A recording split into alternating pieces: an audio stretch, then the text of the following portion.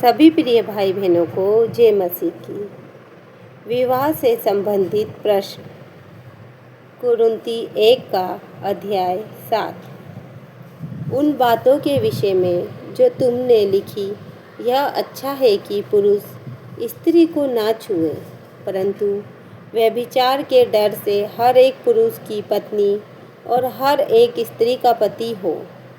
पति अपनी पत्नी का हक पूरा करे और वैसे ही पत्नी भी अपने पति का। पत्नी को अपनी देह पर अधिकार नहीं, पर उसके पति का अधिकार है। वैसे ही पति को भी अपनी देह पर अधिकार नहीं, परंतु पत्नी का है। तुम एक दूसरे से अलग ना रहो, परंतु केवल कुछ समय तक आपस की सम्मति से कि प्रार्थना के लिए अवसर मिले और फिर एक साथ रहो। ऐसा ना हो कि तुम्हारे असंयम के कारण शैतान तुम्हें परखे। परंतु मैं जो यह कहता हूँ वह अनुमति में ना कि आज्ञा। मैं यह चाहता हूँ कि जैसा मैं हूँ वैसे ही सब मनुष्य हों, परंतु हर एक को परमेश्वर की ओर से विशेष विशेष वरदान मिले हैं। किसी को किसी प्रकार का और किसी को किसी और प्रकार का।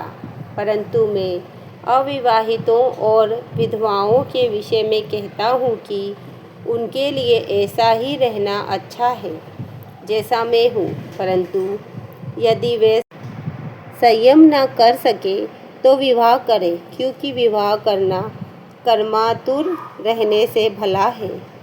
जिनका विवाह हो गया है उनको मैं नहीं, वरन प्रभु आज्ञा देता है कि पत्नी और पति से अलग ना हो, और यदि अलग भी हो जाए तो बिन दूसरा विवाह किए रहे, या अपने पति से फिर मेल कर ले, और ना पति अपनी पत्नी को छोड़े। दूसरों से प्रभु नहीं, परंतु मैं ही कहता हूँ कि किसी भाई की पत्नी विश्वास ना रखती हो और उसके साथ रहने से प्रसन्न हो, तो वह उसे ना छोड़े।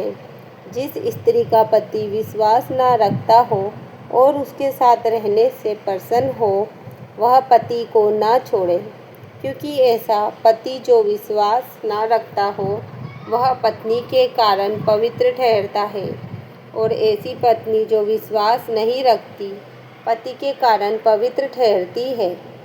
नहीं तो तुम्हारे बाल बच्चे अशुद्ध होते, परंतु अब तो पवित्र हैं। परंतु जो पुरुष विश्वास नहीं रखता, यदि वह अलग हो तो अलग होने दो।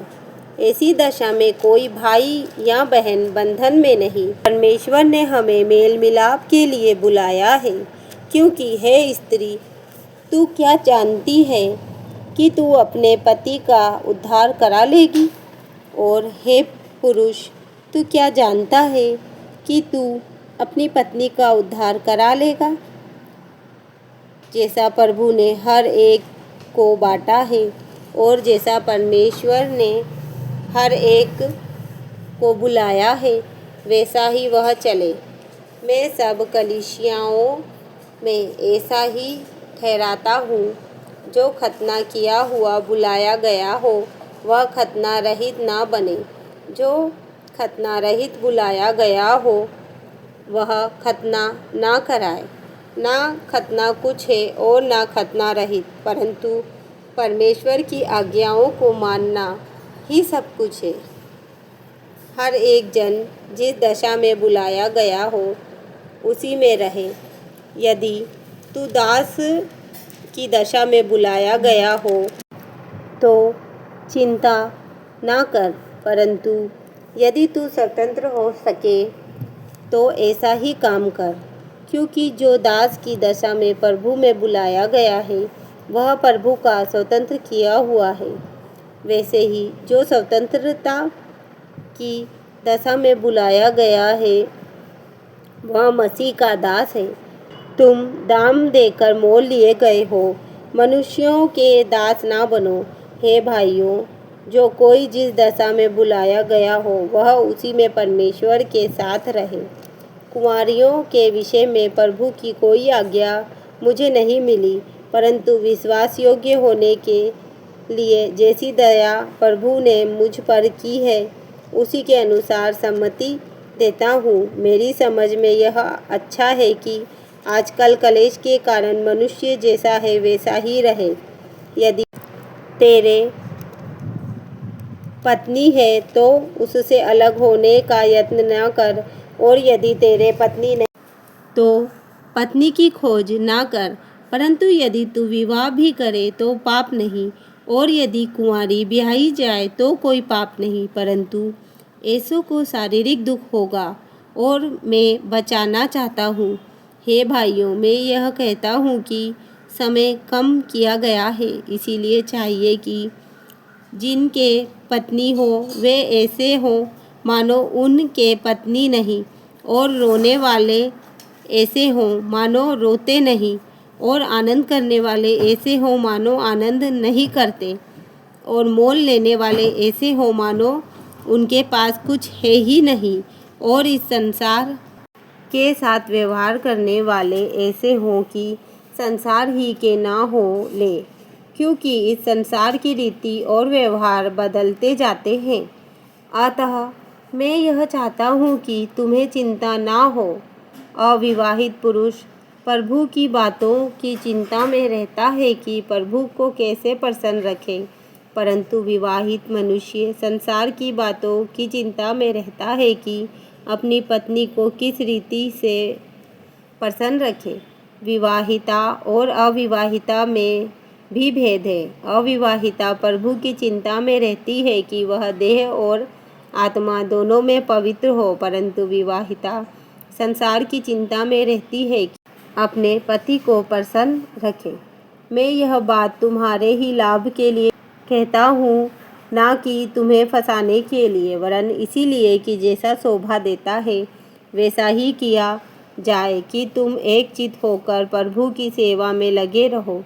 यदि कोई यह समझे कि मैं अपनी उस कुंवारी का हक मार रहा हूँ जिसकी जवानी ढल रही है और आवश्यकता भी हो, तो जैसा चाहे वैसा करे, इसमें पाप नहीं, वह उसका विवाह होने दे।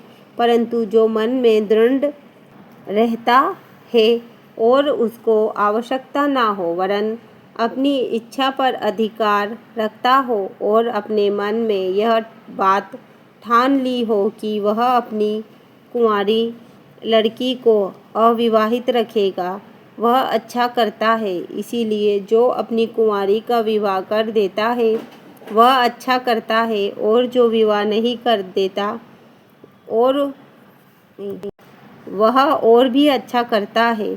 जब तक किसी स्त्री का पति जीवित रहता है तब तक वह उससे बंधी हुई है, परंतु यदि उसका पति मर जाए तो जिससे चाहे विवाह कर सकती है, परंतु केवल प्रभु में। परंतु जैसा है यदि वैसा ही रहे तो मेरे विचार में और भी धन्य है, और मैं समझता हूँ कि परमेश्वर का आत्मा मुझ में भी है।